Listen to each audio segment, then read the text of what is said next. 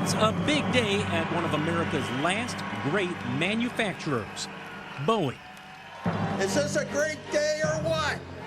Today, the most daring, anticipated, and scrutinized airplane in commercial aviation history, the Boeing 787 Dreamliner, is finally being delivered. We made it. We made it. Thank you for waiting for this day. This long-awaited milestone comes after nearly a decade of development, billions of dollars in overruns, and 3 years of agonizing delays. No wonder Boeing executives look relieved. There is no amount of rain in the world that can make this not the most fun day of the year. This is going to be an airplane that's going to change the world. Boeing promised a lot with the 787, from cutting-edge technology to comfort to industry-leading fuel economy. If it lives up to expectations, the plane could revolutionize the airline industry and earn Boeing billions of dollars in the process. But if the 787 fails to soar, it would be a corporate disaster. Will the gamble pay off? I'm Phil LeBeau, and this is Dreamliner, inside the world's most anticipated airplane.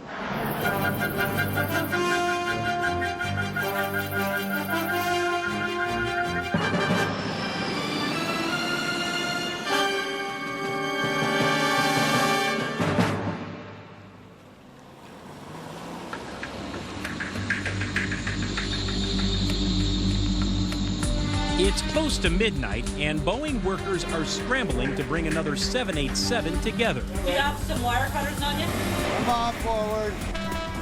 Let me know when you're good. The right side is in. Okay, you're clear. The plane being assembled tonight, Dreamliner number 41, will eventually be delivered to All Nippon Airways in Japan. Guys ready? All right, coming down. But right now, the focus is making sure the 47,000-pound wing fits with the fuselage. They all come up at the same time. They all join together at the same time. That you'll see about 3 o'clock, 4 o'clock in the morning. It all comes together at once. Yep. CNBC cameras were there for the 24 hours it took to bring Dreamliner number 41 together. A choreographed ballet of man and machine, where the plane's 7 major sections, from the nose to the tail, are tugged, hoisted, and ultimately fastened together by a team of Boeing machinists and supervisors like Dave Reese. Tomorrow morning by about 6 o'clock, this will be together to the dimension they need to install the track drill and get going. And by mid-morning, they'll have started to drill and install fasteners. So they're going to close this gap here and at the tail. Yep. And 41 will essentially look like a Dreamliner. It'll be pretty close, yeah. Reese will be the first to tell you the Dreamliner has, at times, been an engineering and manufacturing nightmare. I gotta come up. Just a little bit this way. Is it not fitting? Hiccups happen almost all the time. As a matter of fact, back in P1, we've got one of the tooling back there that currently keeps blowing at fuses, so we're going to work through that. We've got electricians coming out and going to take care of that. Hey, Tommy, what's that belt? It's good. It's bringing in slow. We have issues that pop up all throughout the day, all the time. Perfect. The problems plaguing the Dreamliner have been well documented. It was supposed to be the aerospace giant's next big profit maker, but that dream is fast turning into a nightmare. Boeing has delayed the Dreamliner again. Engineers have found a glitch, once again delaying delivery of hundreds of orders of aircraft. Welcome to the premiere of the 787 Dreamliner. Almost from the start, Boeing executives were too ambitious and too optimistic about how quickly they could deliver it. About once every generation, the men and women of Boeing come together to fundamentally change, even revolutionize air travel. In fact, when Boeing CEO Jim McNerney unveiled the mid-size widebody in 2007, he insisted the Dreamliner would be ready to fly on time, even though the plane behind him was actually an empty shell, assembled with temporary fasteners and missing key parts. Like all airplane programs, this will be a scramble until the end, but we have employees that get up at 4 in the morning and go to bed at 2 in the evening who are committed to making it happen, and that's what it takes. McNerney says the Dreamliner will radically change what we expect in a commercial airplane. For the plane's 250 passengers, vaulted ceilings, softer lighting, bigger windows, and larger overhead compartments. For pilots, a state-of-the-art flight deck. But what makes this plane so revolutionary is something you can't see. About half of the 787 is made of carbon fiber composite, a material that includes plastic, and yet is 4 times stronger and 40% lighter than aluminum, the material traditionally used to build airplanes. As a result, Boeing promises the Dreamliner will use 20% less fuel than comparable planes, a huge potential savings considering jet fuel is an airline's biggest expense. Is 20% the difference between profitability and losing money for some airlines? Absolutely. If you're an airline that depends on these mid-size wide bodies, it can make all the difference. But the promise of the 787 has been overshadowed by a maddening series of delays. Keep going, you got a long ways to go. For decades, Boeing has built most of its planes in the Seattle area, but not the Dreamliner. To save money and share some of the financial risk, Boeing decided to outsource nearly 70% of the plane's production to a virtual United Nations of partner suppliers from Italy, Japan, Korea, the UK, France, and other countries. Some of the biggest pieces made by suppliers, like the fuselage and wings, are loaded into an enlarged 747 known as the Dream Lifter, then flown into Seattle for final assembly. With so much work spread around the globe, the supply chain broke down. Some pieces made by suppliers didn't fit together. Others came in unfinished or out of sequence, creating huge log jams in Seattle. Gary Rager is a wing inspector who has been with the 787 program from day one. That was the thing, the uncertainty of not knowing how to do what you knew you were supposed to be doing, you know, because the guys that were writing the plans to tell you how to do it, they were uncertain also. The problems should not have been a surprise. In 2001, a Boeing engineer named John Hart Smith wrote a paper warning executives about the dangers of excessive outsourcing. He predicted it would actually increase costs, reduce profits, and that Boeing would spend a fortune helping subcontractors if they ran into trouble. That's exactly what happened. Boeing paid nearly $1 billion to take over one plant that contributed to some of the 787's worst delays. Did anybody ever say, listen, we got an engineer here who thinks we're outsourcing too much or could possibly outsource too much? Obviously, there was a discussion about where you draw the line in outsourcing and versus doing it yourself. We thought we were making the right decision back then, and I think the people understood the risks but thought they were manageable. Did you underestimate the financial impact those decisions would have ultimately? Well, I think the financial model has a lot more pressure on it than we first anticipated. So how did Boeing get the Dreamliner back on track? In large part, it was due to this man, Pat Shanahan. A year ago, we were disassembling the horizontal to do some engineering rework. In 2007, the career Boeing executive was given a monumental order: fix the Dreamliner. A year ago, you would have been working on this horizontal stabilizer? Well, we would have been taking it apart. Literally rebuilding it. Rebuilding it. Shanahan's first action: flush out the problems with suppliers. Did you ever stop and say to yourself, this is nuts? This is not how you efficiently build an aircraft. Well, we knew it was inherently inefficient. I mean, we really understand what efficient looks like, and that's the way the supply chain was designed. Did some of our partners not have the capability we needed? In some cases. Some of the biggest problems came from some of the smallest parts, the tens of thousands of fasteners used to hold the plane together. When the wings first arrived from Japan on airplane number 1, you knew you had a fastener that wasn't going to stand because they would paint it red. That told you it was temporary. Almost all the fasteners were red. Some of the suppliers didn't do the proper preparation, so we had to remove thousands and thousands of fasteners and rework the airplane right here. You had to double work. You had to take it out and then double work, sometimes even triple work, and I think that's where it was just really frustrating. One problem that threatened to put the entire program on hold had nothing to do with suppliers, a potentially serious structural flaw. During a critical test like this, in which the wings are bent to their most extreme limits, Boeing engineers saw something alarming. Layers of their revolutionary composite material began to pull apart. But after months of study, engineers found a way to reinforce the wing without having to redesign it. We have 2 titanium fittings that we put along a giant rib in order to reinforce the wing and add strength. Okay.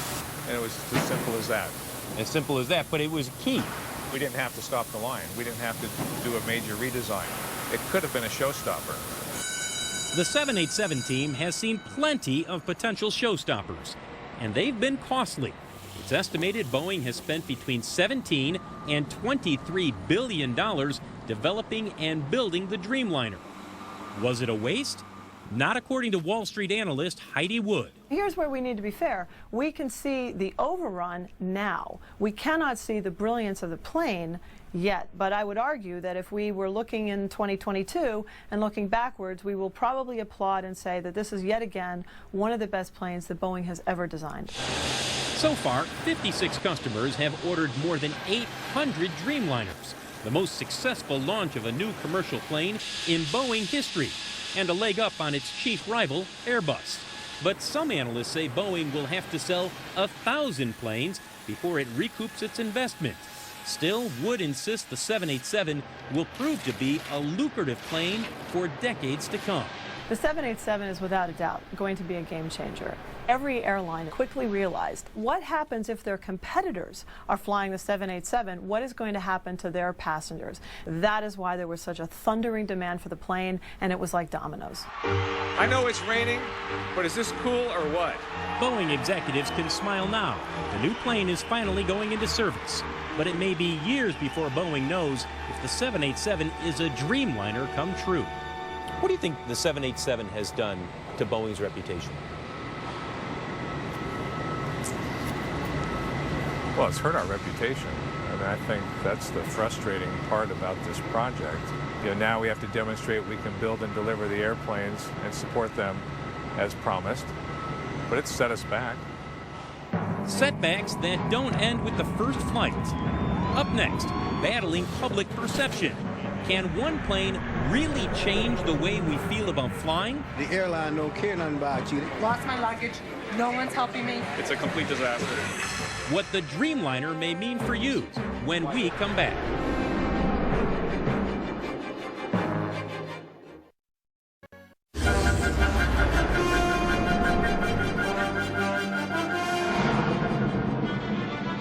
Boeing 001 Heavy control is verified squawking 4717. December 15th, 2009. Now. The moment of truth for the 787 Dreamliner as it climbs into the sky for the very first time.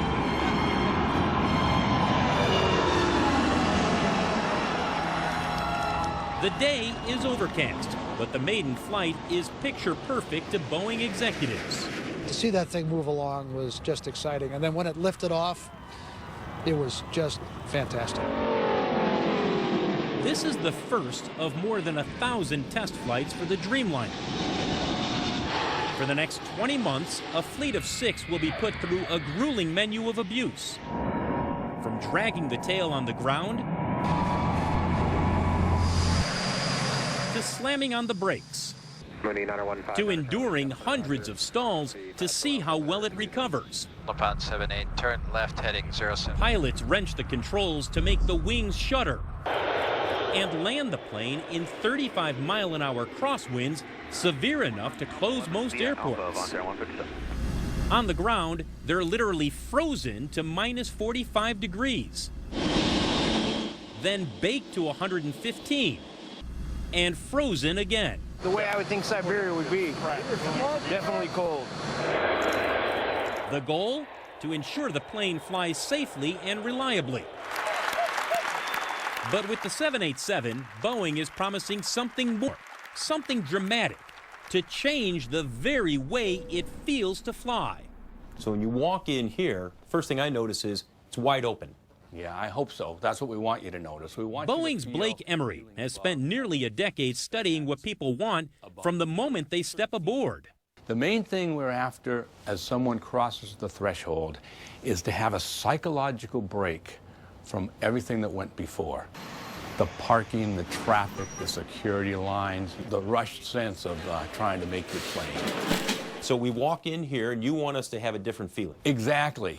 Back there. Emery took us through the cabin to explain some of the psychology behind the 787's design. We think a lot of your perception inside the airplane is based on how you perceive the width of the airplane literally at your eye level. And so we do everything we can to push the width of the airplane out at that level. It doesn't enter into your thinking consciously, but it enters into your thinking unconsciously. This is the Dreamliner Gallery, where airlines choose their seats, galleys, even lavatories. All part of outfitting a brand new plane designed to make you feel better in the air. The windows are 65% bigger, intended to give passengers a better view of the horizon. Forget the plastic shades. These windows dim at the touch of a button. There's soothing, multicolored lighting that gradually adjusts to change the mood on long flights. And passengers should feel more comfortable, Boeing says, because the cabin will have more oxygen, less dry air, and be quieter than any comparable jetliner. You've made a number of improvements, but at the end of the day, will they truly appreciate all the little nuances of the Dreamliner? Most people are going to say, I really like the windows. And they will, and that'll be true. But there's going to be a lot more going on besides the windows that you can't even see that we did on this airplane. And you're just going to feel better, and you're not going to know why. Have your tickets out ready? Making passengers feel better is a pretty tall order, considering how miserable air travel is today. $250 out on bargain. The truth is, for millions of us who are herded like cattle through clogged airports and into packed planes, then spend countless hours in the air, flying stinks. Airline don't care nothing about you. They care about making money in their pocket. Lost my luggage. No one's helping me. It was wretched. The worst experience of my life. It was ruined by the delays and the closings. You don't want to go near the airline. It's a complete disaster. It's hard to believe people used to think flying was fun and glamorous. But can any one airplane help bring that magic back? United CEO Jeff Smisek is betting on it. His airline has ordered 50 787s at a cost of roughly $8 billion and will be the first in the U.S. to fly them. Do you think it's one of those planes where once you start to get several into your fleet, that people will say, I want to take the Dreamliner? Oh, our customers will be looking for that, and our customers will be looking to United versus our competitors because they know we'll have the aircraft and our competitors won't. Smisek believes passengers will appreciate the 787's innovations, but only if they get good service. If you're not getting good customer service, you won't enjoy the flight. If you do get good customer service, you will enjoy the flight. And you and I know the difference between good customer service and bad customer service. And unfortunately, it's only getting worse. A University of Michigan survey ranks airlines dead last among 47 industries. That one's overweight by 9 pounds. Ask people to describe their ideal flying experience in economy class. They say, there's no one in the seat next to me and I slept all the way. So you finally realize, oh, I get it. People don't want to experience your product at all. So the strategic decision it gives you is, do you just figure out how to have people sleep? Do you just figure out what gas to pump into the cabin so you knock them out and wake them up like a dentist, you know, when they're at their destination? So when something goes wrong, that's when things hit the fan. Aviation consultant Michael Boyd blames it all on the airlines. We are in a system that has a lot of rules. And instead of being somebody to help us get through the rules, very often airline employees are more like guards at a minimum security prison. They've got a way to go on that. As a frequent flyer himself, Boyd is looking forward to taking the 787. But he's skeptical it will be the game changer airlines are promising. I think they're trying to make an airplane that is more comfortable. But the reality, when you sit on the airplane after you're boarded, and see the pretty blue on the walls and all that, you still have 17.5 inches for your rear end to get to Tokyo. That's going to be the bottom line of the whole thing. I mean, it's possible to be in a situation where the seats are so tight together that I don't care how cool I make the bins or the lighting, it's not gonna help. Right. It's just like if a flight attendant treats you bad, Phil, I can't design a window that's going to take care of that.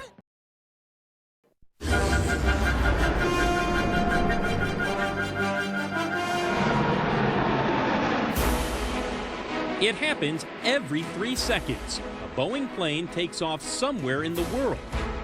At any given moment, nearly 500,000 people are flying in one.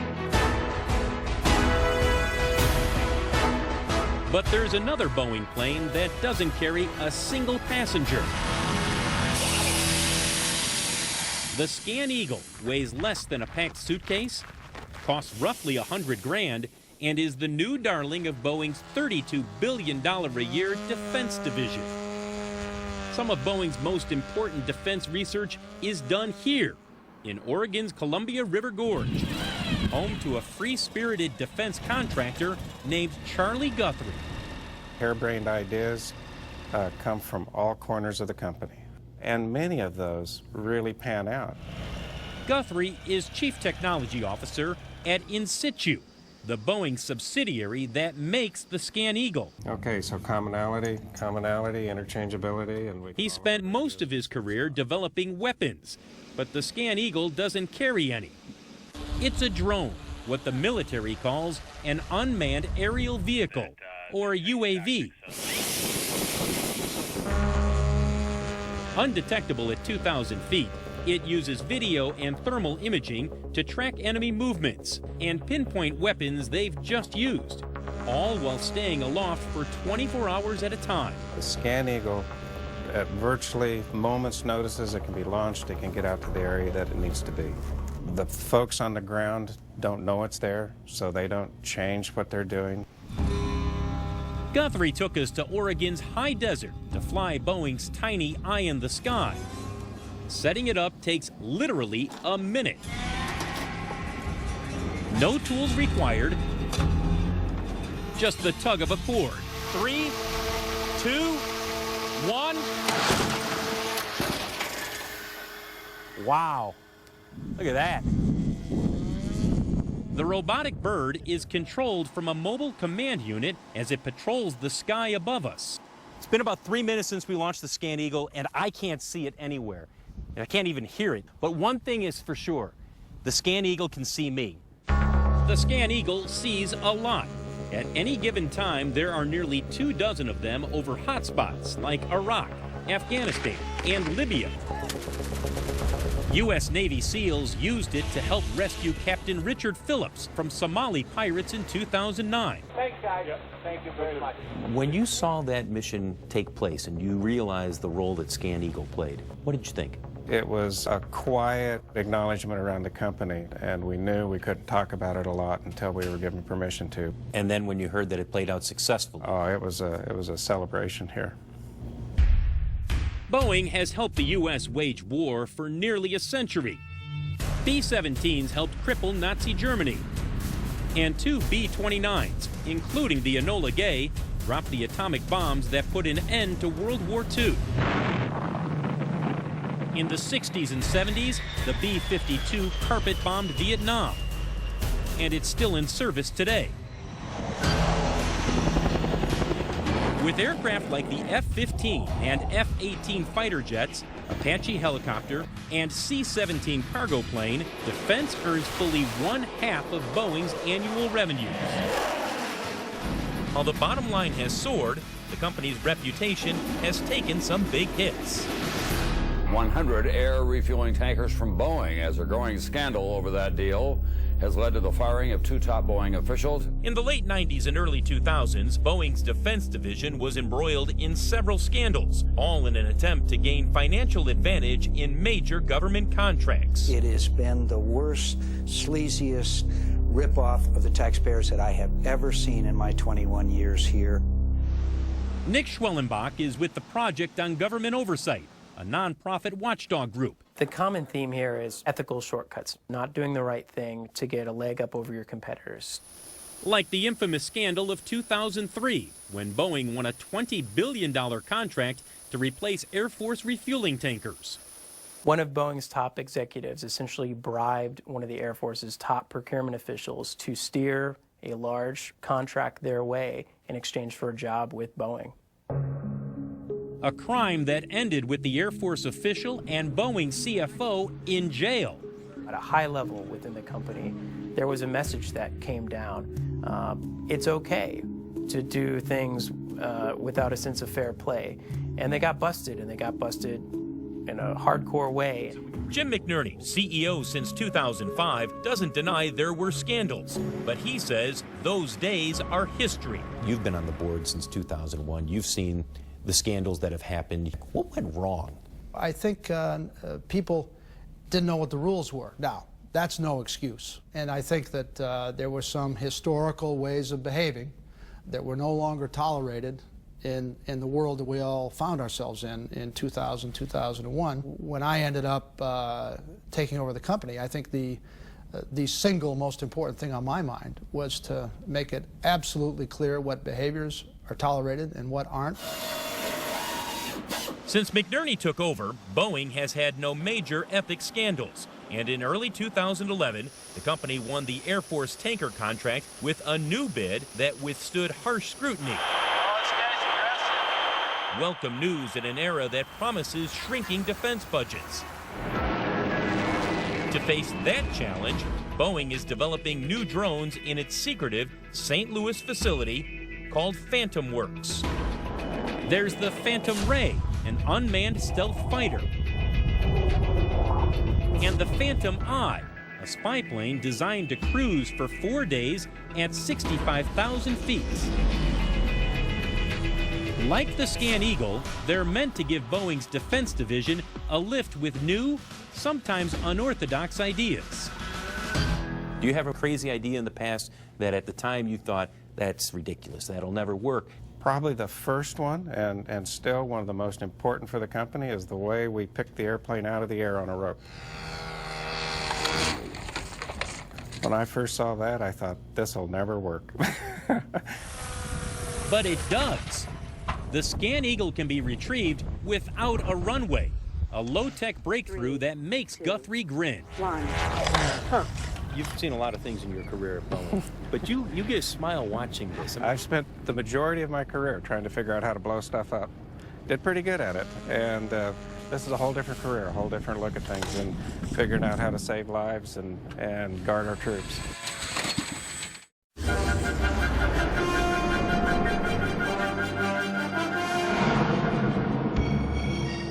6 a.m. on a sweltering July morning, and nearly 1,000 people are gathered at Tokyo's Haneda Airport, waiting for a glimpse of the newest star to hit Japan. All Nippon 78, contact Tokyo Tower 12435. The celebrity isn't someone on board, it's the plane itself. The all-new Boeing 787 Dreamliner, arriving in Japan for the very first time. Welcome to Japan! At the controls, a veteran captain named Masayuki Ishii, who can't believe the crowd waiting for him. After landing, I saw so many people taking a picture for us. I was really touched. I was really moved. This must be a once in my life experience. The scene repeats across Japan, in cities like Osaka and Nagoya. Wherever the plane lands, hundreds cram rooftops and line fences, waiting for hours to greet the new plane. When I grow up, I want to be a pilot. But the Dreamliner isn't here just for show. The plane, at this point still experimental, is here for a week-long, 24-hour-a-day dress rehearsal. All Nippon Airways, or ANA, is the first customer in line waiting to receive the 787. And this is its first chance to put the plane through its paces before Boeing hands over the keys. During this exhaustive tour, ANA will fly in and out of airports around the country and practice servicing the plane around the clock, as Boeing mechanics and engineers share their know-how with the plane's future owners. See, they've already fixed it. You see how this is? The tour is also part photo op. But the smiles and handshakes can't hide the fact the plane is late. 3 years late. ANA was banking on all the customers and fuel savings the plane was supposed to deliver starting back in 2008. That leaves Boeing executive Jim Elbaugh performing some delicate diplomacy with ANA CEO Shinichiro Ito. We acknowledge that that were late on this airplane, and we know that we've had an impact on ANA. And as a result, we've made an accommodation, and we don't discuss the details of any settlement that we might have. Back in 2004, ANA wasn't even sure it wanted the 787. It questioned whether a plane made primarily out of carbon fiber composite could withstand the daily beating. Boeing sales director Joe McAleer recalls an alarming conversation with ANA's chief engineer. He was concerned about what we call ramp rash in the industry, the interaction between baggage carts and catering trucks and sides of airplanes. His main concern was whether the airlines would be able to detect and repair these small dings and dents.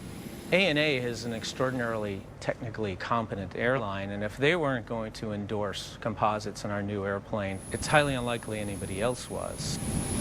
To win over skeptical engineers at ANA, Boeing sent them a piece of carbon fiber composite like this and told them to have at it with a hammer. After repeated attempts, they couldn't even make a dent. It's official. Just a few months later, ANA ordered 50 Dreamliners. The largest launch order in history. Although the sticker price at the time was $120 million each, it's believed ANA received a substantial discount, perhaps as much as 50%. In a way, the 787's arrival in Japan is a homecoming. That's because more than a third of the plane is made here by suppliers like Kawasaki, Fuji, and Mitsubishi Heavy Industries. All part of a complex global supply chain that has threatened to bring the project to its knees. But now that the Dreamliner is finally on its way, there's relief among workers like 33-year-old Tak Kawaguchi. He works at Mitsubishi constructing the 787's wings. There were a lot of skeptics who looked at this idea of building wings in Japan, sending them to the U.S., putting them together. They said, this is a bad idea. Well, I feel that Boeing respects their technology here at Mitsubishi. Now that the Dreamliner is about to be delivered, I expect that the airlines, as well as the passengers, will value this plane and we can prove the assembly process was correct.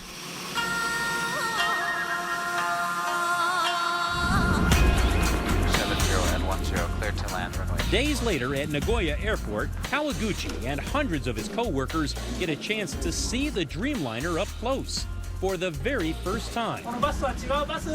It's a moment Kawaguchi's waited years for. And when he finally sees it, he's blown away.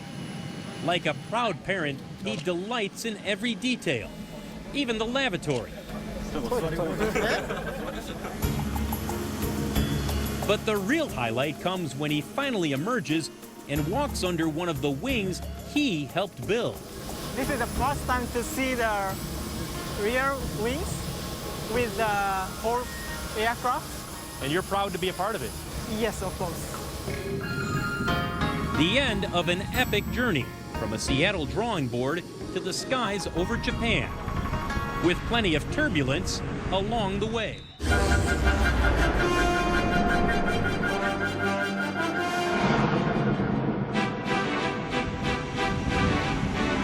Moving day, and one of the oldest planes at Boeing is getting a new lease on life.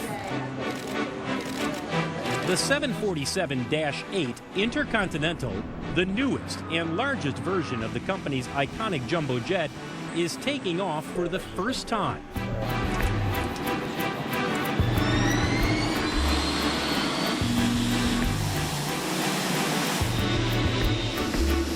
The day is especially sweet for this man, a 90-year-old retired Boeing engineer named Joe Sutter.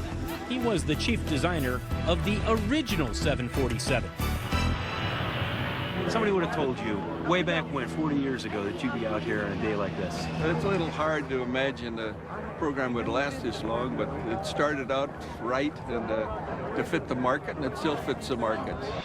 L190, runway 24 right, taxi, route 1. The 747 shows what Boeing excels at. Not just designing planes, but reinventing them. keeping older models like the 747 modern and profitable.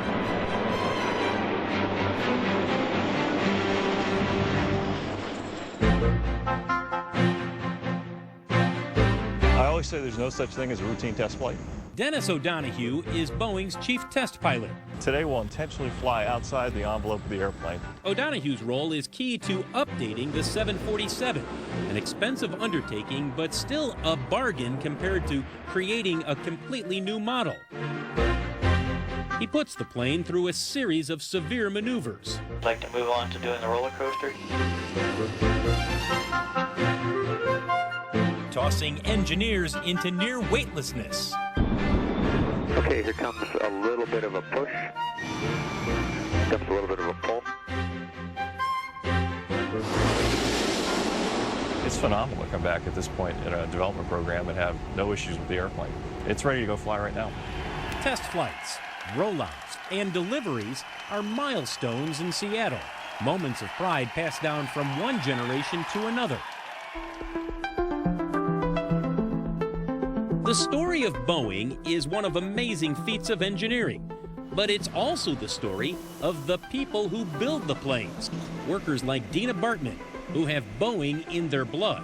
Boeing was in my family. My dad worked there, my mom worked there, they both retired. My sister worked there, and it was, you get hired at Boeing and you have a career.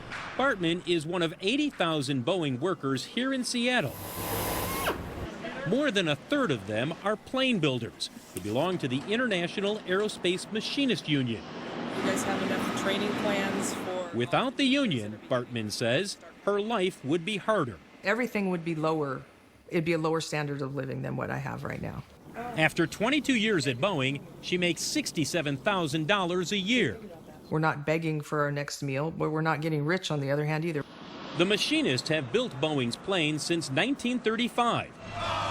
Today, they find themselves at the center of a fierce union battle. We can shut this company down!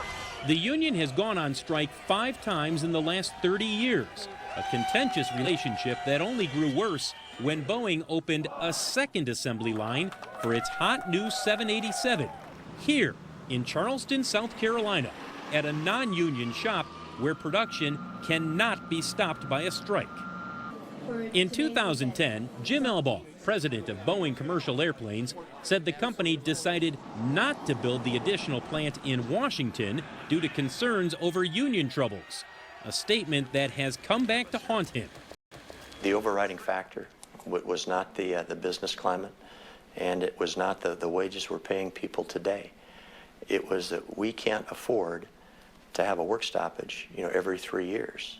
Now that and other statements are at the heart of a government complaint that Boeing has violated federal law.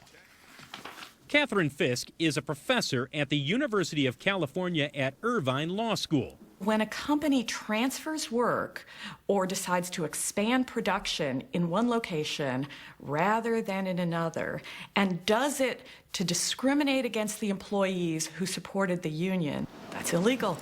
Did Boeing open the 787 plant in Charleston to strike back against the union in Seattle? The National Labor Relations Board thinks so. It wants the company to shut that line and move those jobs back to Washington State. But that demand has sparked a furious backlash from the right. Has America gone nuts? This complaint is a dangerous road to go down. It's an attack on states that work hard. Boeing has called the NLRB case frivolous, and Elbaugh is standing his ground. Being a supplier that our customers can count on to deliver the airplanes and not have repeated work stoppages was something that I said, and I'll say it again. So you don't regret saying that? No. Union officials told CNBC they offered Boeing labor peace through the year 2020, but they say Boeing walked away from the table. When we talk with the machinists, one of the things they say is, listen, we told them we'll guarantee that there's not going to be a work stoppage for 10 years, and Boeing said that wasn't good enough. Is that true? Well, we have a little difference of opinion on that one. We asked for a number of things. The no strike clause was one of them, and we just couldn't reach an agreement. For workers like Dina Bartman, the real fear is Boeing will gradually move more and more production out of Seattle. you don't feel secure anymore because you're slowly watching your job be taken away, things being outsourced to other places that it should be staying here. I think everybody's afraid every day of losing their job. Job security is also a concern in Charleston, where workers consider Boeing an economic godsend. 2 years ago, Kia Johnson was out of work. I applied for Boeing, of course, because Boeing was the next big thing for Charleston and South Carolina, as well as the economy took a turn for the worse. Now, she's one of the 1,000 employees here counting on a future at Boeing. I just was trying to make sure I had a job, stability for my family. The case may take years to resolve.